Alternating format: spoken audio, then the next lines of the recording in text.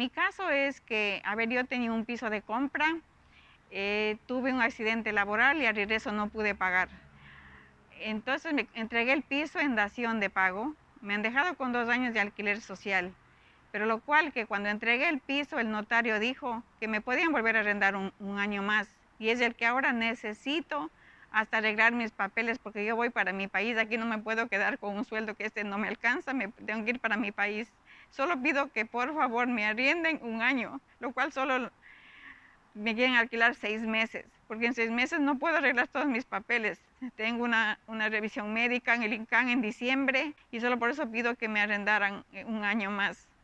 Yo nunca me he ido a ninguna asistenta social, nunca dando gracias a Dios he pedido nada, pero claro, ahora estaba desesperada que no tenía con quién arreglar el piso, porque para un abogado no tengo.